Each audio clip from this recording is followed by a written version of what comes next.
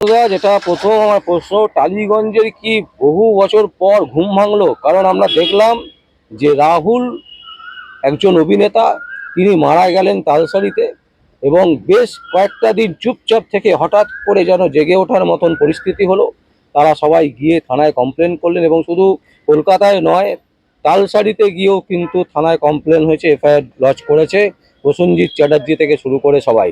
মানে আমার যেটা প্রশ্ন সেটা হচ্ছে যে এই যে একের পর এক মৃত্যু, এর আগেও দেখেছি আমরা আমাদেরই একজন সাংবাদিককে কিভাবে মেরে দেওয়া হয়েছে, তার আগেও বহু ঘটনা ঘটেছে রাজ্যে। এতদিন চুপ ছিল টালিগঞ্জ, তাহলে কি এবার মুখ খোলা শুরু করলো সবাই? অবশ্যই। কারণ রাহুল যার ডাকনাম হচ্ছে অরুণোদয়, তার বাড়ির দেয়ালেতে লেখা আছে যে এখন আজকে খবরে একটা পোস্ট করা হয়েছে দেখবেন, সেখানে লেখা আছে নাকি সে পরিষ্কার পরিচ্ছন্ন জামা প্যান্ট পরে শুটিং করতে গেছেন, তার আগে নাকি তার মৃত্যুর জন্য নিজে একটা কিছু বিজ্ঞপ্তি লিখে দিয়ে গেছেন। এটা কোনো মানুষকে বোকা বানানো ছাড়া কিছু নয়। আর এফআইআর যেগুলো হয়েছে, এফআইআরে প্রথম কথা ওনার ড্রাইভারের কথা বলবো। ড্রাইভারের দু তিন রকমের কথার মধ্যে অসঙ্গতিপূর্ণ রয়েছে, যেগুলো প্রথমে বলছে যদি কোনো ছেলে উনি যদি ড্রাগ অ্যাডিক্টেড হতো বা কোনো কিছু হতো, কারণ আমি রাহুলের সাথে নিজে অনেকবার আমার সাথে রাহুলের সাথে 8টি এনওআইসি, মানে রবীন্দ্রনাথ টেগোর যুব কম্পিউটার ট্রেনিং সেন্টারে উনি ডাইরেক্টরের লেভেলে থেকে উনি অনেক সময় আমাদের ক্যাম্পেনিংয়েতে গেছেন। তা উনি খুব স্পষ্টবক্তা এবং পরিষ্কার ছেলে। উনি নিজে একটা ব্র্যান্ড অ্যাম্বাসেডার তৈরি করেছিলেন। এবার প্রথম কথা হচ্ছেন উনি সিপিএম পন্থী লোক, এবং সেই সিপিএম পন্থী লোক হওয়ার কারণে সবাই বুঝে গেছিল যে এই ছেলেটা আস্তে আস্তে অনেকটা মানে প্রভাবের জায়গা তৈরি হয়ে গেছে, এবং যা হোক করে কোনো কারণে তাকে একটা মেরে ফেলার চক্রান্ত কিন্তু রাজ্যের শাসক দলই করেছে। এটা কিন্তু পরিকল্পিতভাবে করেছে। আর টালিগঞ্জের লোকেরা ওই জন্যই খেপে গেছে। তো টালিগঞ্জের লোকেরা, এতদিন তো প্রচুর লোক মারা গেছে, এর আগেও রাজ্যে বহু খুন হয়েছে, বহু রেপ হয়েছে, তখন আমরা দেখিনি এইভাবে। শুনুন, প্রসেনজিৎ বুম্বাদার যাকে বলা হয়, বুম্বাদার নামেও একটা অনেক সময় খারাপ কথা বলেছে দেব। মানে দেব যেন মনে হয় বুম্বাদাকে অভিনয় শিখিয়েছে। বুম্বাদা টালিগঞ্জের প্রথম সারির একদম নেতা বলা, মানে অভিনেতা বলা চলে। আর বুম্বাদাকে যদি শিক্ষা দিতে যায় তার বাবা বিশ্বজিৎ বাবু, তার অভিনয়ও প্রাণবন্ত অভিনয়। যদি এখন পুরনো মানুষকে যদি শিক্ষা দিতে যায়, জ্ঞান মারতে যায় এখনকার এঁচড়ে পাকা নেতাগুলো, তারা তাদের নিজের টিআরপি বাড়ানোর জন্যে তারা দেখছে যে ওই পুরনো মালগুলোকে ছেটে ফেলা দরকার, তাদের নামে কটূক্তি করা দরকার। এটাই তো ভেবে নিয়েছে এখন মানুষ। না, আমাদের যেটা বক্তব্য সেটা হচ্ছে যে এই যে শুটিং করতে গিয়ে মারা গেল, হ্যাঁ, শুটিং করতে, তার মানে কি, তার মানে সঠিকভাবে শুটিং হচ্ছে না, মানে যেন তেন প্রকারণে নিজেরা শুধু কামাবো, এই এই এই মেন্টালিটি নিয়ে শুটিং হচ্ছে, যেখানে যে জিনিসগুলো দরকার নিরাপদ রাখার জন্য আর্টিস্টদেরকে, সেই নিরাপদ তারা থাকছে না। শুনুন, একটা কথা বলি, ওখানেতে যখন আমি সংবাদ মাধ্যমেই দেখেছি ভালো করে, যে ওখানকার যখন তালসারিতে উনি শুটিং করতে গেছিলেন, ওখানে ডিআরডিও সেকশনের যারা স্টাফ ছিল তারা কিন্তু সতর্কবার্তা জানিয়েছে। এখানে পুলিশের ভূমিকা নিয়ে যদি প্রশ্ন করা হয়, পুলিশ কিন্তু তৎপর ছিল। এবার এখানে কথাটা মাঝখানে বুঝবেন, কোনো মানুষকে পরিকল্পিতভাবে মারতে গেলে পুলিশের এখানে ভূমিকা থাকে না, থাকে কিন্তু রাজনৈতিক ভূমিকা। রাজনৈতিক ভূমিকা কেন থাকে? যখন কোনো মানুষ বেড়ে ওঠে তখন তাকে মেরে দেওয়ার ভূমিকাটা আগে দরকার হয়। আর সেখানে গিয়ে আপনারা নিজেরাই, যখন ওনাকে নিমতলা শ্মশানে নিয়ে যাওয়া হয়েছে, ওখানে গিয়ে অনেক দেখবেন কেওড়াতলা স্টেশনে যেখানে নিয়ে যাওয়া হয়েছে ওনাকে, সেই জায়গাতে গিয়ে আপনি দেখেছেন যে তৃণমূলের অনেক নেতা নেত্রীরা গেছিল। কিসের জন্য গেছিল? তারা অনেক কিছু ওখানে ঢাকা চাপা করার জন্য, তার জন্য তারা বেরিয়ে পালিয়ে গেছে। মানে ওখানে তাদের অ্যালাউ করা হয়নি। কিন্তু যারা অ্যাকচুয়াল কট্টরপন্থী সিপিএম ছিল প্লাস, এবং যারা ভালো অভিনেতা, তারা কিন্তু ওখানে গিয়ে তার পাশে গিয়ে দাঁড়িয়েছে, তার মরদেহর পাশে গেছে। এবং সবথেকে বড় কথা, সে বোঝে না থেকে আরম্ভ করে প্রচুর বহু সিনেমা যেখানে হিট হয়েছে, সেই মানুষটাকে নিজের পরিচয় দিতে হয়নি, সে কিন্তু পরিচয় নিজের জায়গাটা তৈরি করে ফেলেছিল। সেই জায়গা থেকে যার যখন পরিচয় ভালো হয়ে যায়, সৎ অনেস্টলিভাবে চলে, সেই মানুষটা তো এমনি বেড়ে উঠবে, আর তাকে দমানোর জন্য তাকে মেরে মরণ ফাঁদে ফেলতে হবে। এটা তো রাজ্যের শাসক দলের একটা মারাত্মক ভূমিকা আছে, এটা সবাইকেই মানতে হবে। বলছি যেভাবে আমরা দেখছি যে এই মেমারিতে বারবার করে আপনার উপর আক্রমণ হচ্ছে, ঠিক আছে, এবং এই গত দুদিন আগে আমরা একটা নিউজ করেছিলাম, যেটা হচ্ছে এই গ্যাসের মানে যেভাবে গ্যাসকে মজুত করে রেখে ব্ল্যাকমেল করা হচ্ছে, মানে কালোবাজারি করা হচ্ছে, এই নিয়ে আপনি প্রতিবাদ করেছেন এবং আমরা আমাদের সংবাদ মাধ্যমে দেখিয়েছি, এবং তারপরে আপনার উপর একটা হামলা আবার চক্রান্ত চলছে, এটা ব্যাপার নিয়ে যদি একটু হ্যাঁ, একদম সঠিক কথা বলেছেন। 265 মেমারি বিধানসভা কেন্দ্র, ওখানে রাজীব মণ্ডল, তার নামে তার হ্যান্ডিক্যাপ গ্যাসের কোটা আছে, গ্যাসের ডিস্ট্রিবিউটারশিপ আছে, মেমারি গ্যাস এজেন্সি। তারা 400 টাকা দিয়ে 400 টাকার একটা বল দিচ্ছে, যেটা সিদারপুর কোঅপারেটিভ ব্যাংক আছে তারই একটা মানে আগে ওদের একটা সিবিআই রেড করে তাদের ওই গ্যাস এজেন্সি বন্ধ করে দিয়েছিল। আর ওই রাজীব মণ্ডল, তার ভাই ওরফে রাজু মণ্ডল, তার শ্বশুর মশাই বিশ্বনাথ ঘোষ চাকরি দেওয়ার নাম করে কয়েক লক্ষ মানুষের কাছ থেকে টাকা প্রতারণা করেছে, কয়েক লক্ষ কোটি টাকা। আর তারা বেলি ড্যান্স করে বেড়ায়, থানার পেছনেই তার বাড়ি। আর যখন আমি এই প্রশ্নটা তুলি যে একটা মানুষ, একটা যে কোনো মুমূর্ষু রুগীরা এসে 7 দিন 10 দিন 15 দিন করে কেন ঘুরে যাচ্ছে, 3টের পর কেন কেওয়াইসি হবে, সব জায়গায় তো সমানভাবে কেওয়াইসি হচ্ছে, তাহলে এই কেওয়াইসিটার জন্য আপনারা কেন এই করছেন? কিন্তু ওরা যে 400 টাকার যে বলটা দিচ্ছে সেটা কিন্তু মানুষকে বোকা বানিয়ে দিচ্ছে, কারণ বলটা সেফটি বল বলছে, কিন্তু ওই বলটা 400 টাকা কেনা পড়ে। এবং তার জন্য ওরা কিছুদিন আগে মানে মাস খানেক আগে তার জন্য 10,50,000 টাকা একটা ক্ষতিপূরণও দিয়েছে, প্রথম কথা। আর দ্বিতীয় নম্বর কথা, ওইটাতে 5 বছরের জন্য বলেছে লাইফ কভারেজ একটা টাকা দেওয়া হবে যদি কোনো অ্যাক্সিডেন্টাল কিছু হয়, কিন্তু ওটা কিছু দেওয়া হবে না, মানুষকে ভাওতাবাজি করা হচ্ছে। এবং প্রতিনিয়ত দিনের পর দিন গ্যাসের গুদামজাতকরণ করে, গ্যাসকে কালোবাজারি করে গ্যাসকে ওখানে সাপ্লাই করছে। অন্নপূর্ণা ভাণ্ডার মানে কথা, মায়ের মা, মানে যেখানে মায়ের হিসেল, মানে দিদি যেখানে যেখানে খাওয়ার জায়গা করেছে, সেখানে খাওয়ার জায়গাতে রান্নার জ্বালানি যাচ্ছে, সেটা কিসে? এলপিজি ছোট সিলিন্ডার যাচ্ছে, কেন কমার্শিয়াল সিলিন্ডার যেতে পারে না? প্রথম প্রশ্ন। আজকে মিষ্টির দোকানগুলোকে 2,280 টাকা আজকে গ্যাসের দাম, সেই ডবল তাদের 4,000 4,500 টাকা করে গ্যাস কিনতে হচ্ছে। আজকে আপনারা যে কোনো জায়গাতে যান, এইরকম কালোবাজারি কোনো জায়গায় চলছে না। 265 বিধানসভা কেন্দ্রে বেশিরভাগ চলছে। এবং আমাকে যখন এই কথাটা বললো তৃণমূলের যে চেয়ারম্যান স্বপন বিশ্বজির বিরুদ্ধে আমি একাধিক অ্যালিগেশন এনেছিলাম, তার অ্যালিগেশনের জন্য পরিপ্রেক্ষিতে আমাকে তার সদুত্তর ওরা দিতে পারেনি, আর পারবেও না। কারণ চোরগুলোর নাম আমি ধরে ধরে বলছি: মধুসূদন ভট্টাচার্য 1 নম্বর চোর, নিত্যানন্দ ব্যানার্জি 2 নম্বর চোর, 3 নম্বর হচ্ছে এই যে রাজু মণ্ডল, সে 3 নম্বর চোর, 4 নম্বর চোর হচ্ছে আপনার ওখানকার যে এখন দাঁড়িয়েছে বর্তমান, সে শ্রীকান্ত হুই, মানে দাঁড়িয়েছে বলতে কি, মানে সে হচ্ছে স্বপন বিশ্বজির মদতপুষ্ট।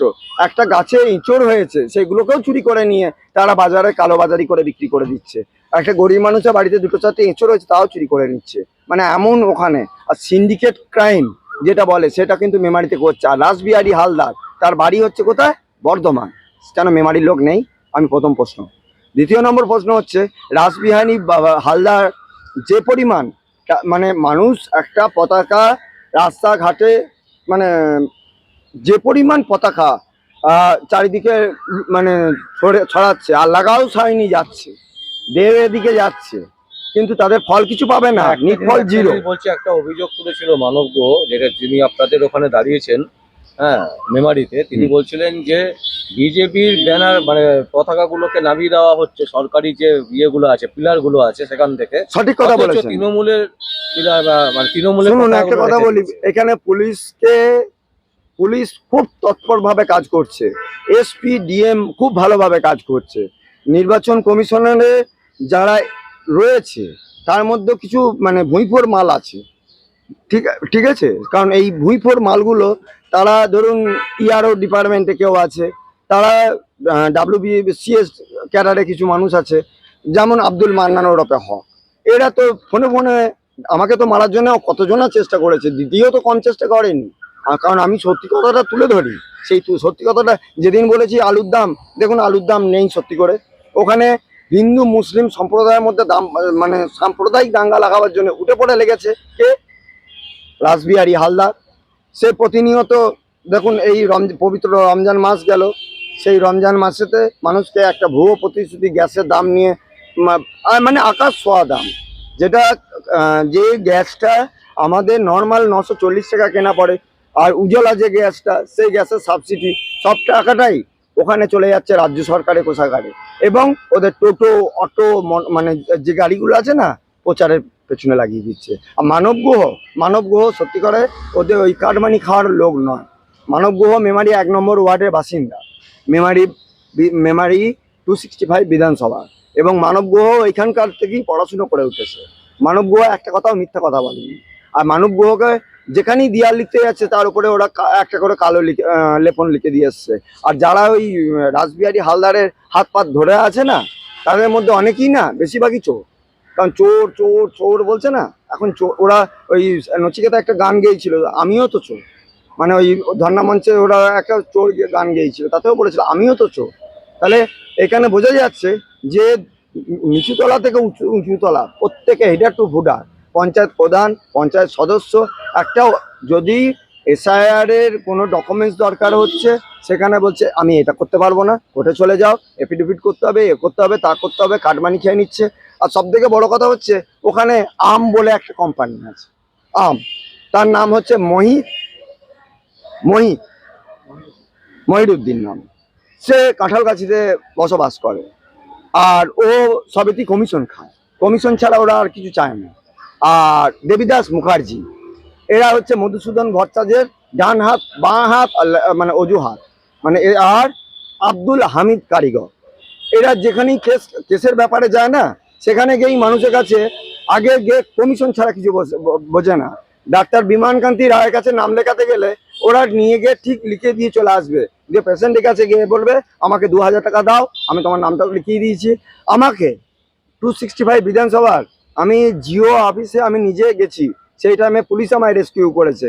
সেই টাইমে আব্দুল হামিদ কারিগর, মধুসূদন ভট্টাচার্য, মুকেশ শর্মা, আর এদিকে আপনার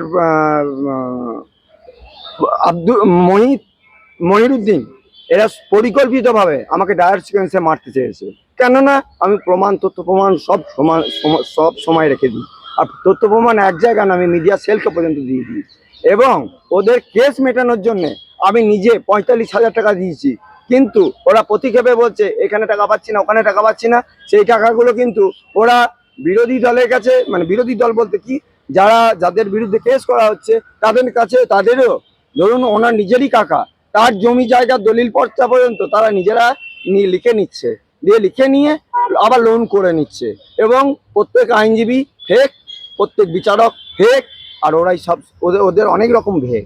ওদের কোনো সময় জামা প্যান্ট জোটে না, ওরা মানুষের কাছে কাটমানি খেয়ে খেয়ে এত জায়গায়, এতটা মানে জায়গাটা মানে নোংরামো করে ফেলেছে। রাস্তাঘাট যেখানেই যাবেন, আপনি খালখন্দে, আপনি নিজেকেও দেখে এসছেন যে ওখানে গিয়ে খালখন্দ করে ভর্তি করে দিয়েছে। আর অসংখ্য ধন্যবাদ। মানুষ প্রতিনিয়ত এই দিদি তো দেখতে পাচ্ছেন, ভাঙা পায়ে খেলা হবে, ভাঙা পায়ে খেলা হবে, খেলা করতে করতে মানুষের জীবন নিয়ে খেলা করছে, এর থেকে আর কি করবে? আর তারই তো মদতপুষ্ট নেতারা ওখানে। আর রাসবিহারী হালদার সে কত কোটি টাকার মালিক, সে কোথা থেকে ফরচুনা গাড়ি। আমি একটা কথা প্রশ্ন করছি, আইনজীবীর বাড়ির সামনে, কোনো হাইকোর্টের আইনজীবীর বাড়ির সামনে আপনি ওখানকার পুলিশ প্রশাসনের কাছে খবর নিয়ে দেখবেন, প্রত্যেকদিন রাত্রেবেলায় মদের যে জুয়ার ঠেকটা বসে সেটা কে করছে? আমরা 30 ফুট ডিস্টেন্সে, যেখানে আমাদের বিধানসভা মানে ভোট কেন্দ্র গণনা ভোট হবে, সেই জায়গা থেকেও 30 ফুট ডিস্টেন্সের মধ্যে ও যদি দলীয় পতাকা লাগাতে পারে, তাহলে আমাদের মানব গ্রহ প্রশ্নটা কেন তুলবে না? মানব গ্রহ তো এখানে সত্যিকারের মেমারির বাসিন্দা, আর ও তো ওই রাসবিহারীর মতন চোরচাপটা নয় যে চুরি করে প্যান কার্ড ক্লাব থেকে আরম্ভ করে ও শুভেন্দু অধিকারীর নামে খারাপ কথা বলে, প্রত্যেক বিরোধী দলের নেতার নামে খারাপ কথা বলে, আর গলায় কুকুরের যে শোনাচ্ছেন সেরকম। আর মুখটা দেখেছেন একদম কালো, আমাদের এই যে জ্যাকেটটা দেখছেন না, জ্যাকেটের থেকেও কালো। কারণ ও কয়লা চুরি থেকে আরম্ভ করে, বালি চুরি থেকে আরম্ভ করে সব চুরি করেই খেয়ে রেখে দিয়েছে। আর ওর সিন্ডিকেট ছাড়া আর ওর কোনো কাজ নেই। মানুষকে যখনই কোনো কথা বলতে যাবে ও প্রাণে মেরে দেওয়ার কথা ছাড়া আর কিছু বলবে না। আর প্রতিনিয়ত ওরা ওরা লেটেল বাহিনী তৈরি আছে। আর আরেকটা কথা আপনাদেরকে ভালো করে জেনে খবরটা ভালো করে দেখে মাঝে বলেছিল যে বিহার থেকে কিছু গাড়ি এসেছে ট্রেন থেকে, সেই ট্রেন নিয়ে সেই ট্রেনেতে নাকি বিজেপি গাড়ি পাঠিয়েছিল। না, বিজেপি গাড়ি পাঠায়নি।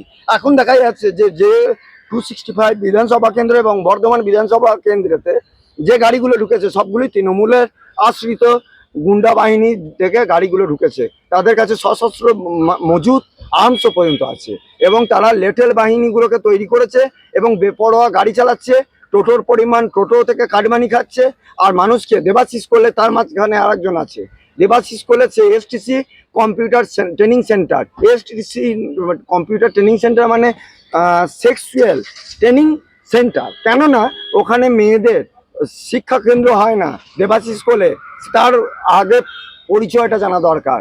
সে একটা নিজের ছাত্রীকে বিয়ে করেছে, তার শালাকে বঞ্চিত করেছে, শালাকে বঞ্চিত করে তার বঞ্চিত একটা কম্পিউটার ট্রেনিং সেন্টার, একটা পান্ডুয়াতে কম্পিউটার ট্রেনিং সেন্টার। আর সে আজকে আইএনটিটিইউসির দলের নেতা হয়ে গেছে। বাপন শেখ সে একটা দলের নেতা হয়ে গেছে। টোটো ইউনিয়নে তাদের একাডেমিক কোয়ালিফিকেশন, এডুকেশনাল কোয়ালিফিকেশন জিজ্ঞেস করলে উত্তর দিতে পারবে না। আর তার বউ অন্যজনের সাথে পরকীয়া করছে। আর উনি দেবাশিস করলে আবার মেরোর একটা মেয়েকে, সে টেহাপাড়া মেয়েকে, তার সাথে আবার পরকীয়া করছে। এই হচ্ছে তো রাজ্যের রাজনীতি। তাহলে মানুষ কি করে বুঝবে যে কোনটা সঠিক কোনটা বেঠিক? আর হিন্দু মুসলিমদের মধ্যে সাম্প্রদায়িক দাঙ্গা লাগানোর আসল কালপিট হচ্ছে এই তৃণমূলের কয়েকটা মূল, সিজের মূল, তিনের মূল।